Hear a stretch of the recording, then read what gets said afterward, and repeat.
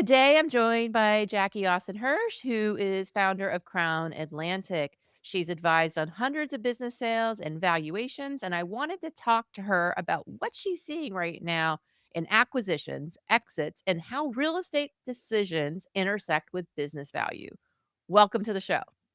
Thank you so much, Amy, for having me. This is amazing. We've known each other for years, so it's really a pleasure to Over be together and do 20 this. years. I know, 20 years. Yeah.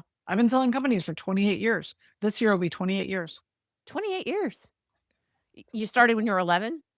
I was 22. I was 22. I'm open about it. I don't hide Yeah. how old I am. Like, I don't Botox. Like, these are real. I haven't either, although I do have Yeah. some injectable clients, and they do really, really well. Oh, And I'll absolutely. go to them for some facials and stuff, but I haven't done it. I'm Yeah. kinda scared of needles, to be honest, like Well, botulism to me is what bothers me. But other people think it's safe, but like the botulism part, like I just can't get behind it. But a lot of people do it, just like a lot of people do all sorts of other stuff. Everybody has what they're comfortable with. yep, yep. No, I've never gotten to the point where I'll do that, but it's a needle thing Yeah. too, oh my gosh. Well, you've been doing this for 28 years, so Yeah. probably well over 1,000 companies now, even if not more that you've Not looked at. 1,000 companies. Oh, that I've looked at. Oh, absolutely. It might be a few thousand at this point. But as far as selling, no, I mean, you have deals that fall through. You look at a bunch of stuff. Your buyer looks at a bunch of stuff. You pass on a lot of opportunities to sell because you just don't feel like they're viable Yep, to be carried forward. So there's a number of businesses that will come on the market over the years. It doesn't mean that they're viable to be carried forward. that's a good way of putting it. It's Mhm. like, can you actually pass the torch? Is it an actual business that Right. is a business that can pass forward? Yeah. Just because you have a plant that grew in a crack on the side of a building doesn't mean if you put it in a pot, it's going to flourish and be a forest. I think a lot of franchises don't always end up how they're supposed to be, and you don't have the support, and you really have to be behind the integrity of the owner of the franchise.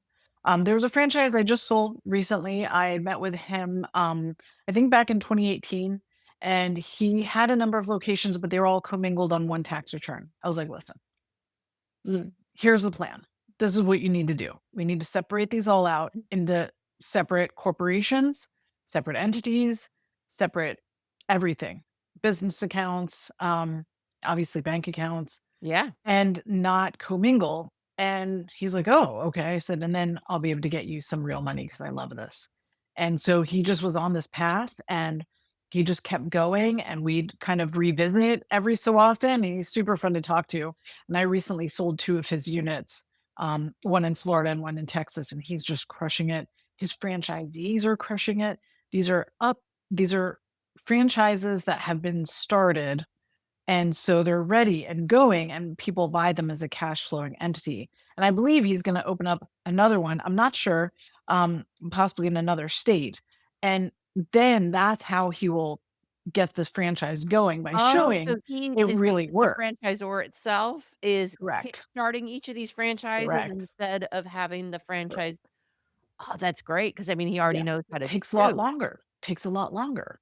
Yeah. And it's a lot more grunt work. But, he can really get these going and put a team in place and Mhm. teach. He's a great mentor. He's a great teacher. So there's different paths for everybody to make things work. I don't usually sell franchises.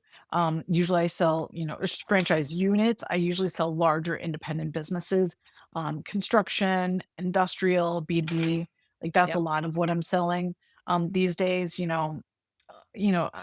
I'll probably be getting one soon in like the $20 million range. I have one in the $50 million range that's pending, and another one in the let's call it $13 million range pending. So a lot of things like pending, and then just getting some new business. And then I have a lot of construction, so I have like a commercial contracting company in the commercial construction space, doing about 5 to 6 million in sales.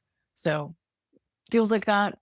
That's mostly what we're selling, and we're seeing a lot of interesting trends coming up. We're seeing people specialize more. We're seeing people really get focused. We're seeing a lot of tech added in. I mean, Service Titan added to a home services business can really blow it up, along with some really targeted local marketing with Google, like Google page, like Google My Business page. So we're seeing some really interesting dynamics, and just hearing from a lot of customers. I'll be getting some machine shops, and I'm selling companies in Alabama and the Carolinas. Just sold something in Arkansas. Arkansas is on a tear, especially the I've heard Bentonville that. area. It's really on a tear. It's just awesome. And if you're looking for a family friendly location to live and grow and live really well, um, that's a great place. It's a great option. I think 2020 really set it off. Like, I felt like sometimes we'd get a brain drain.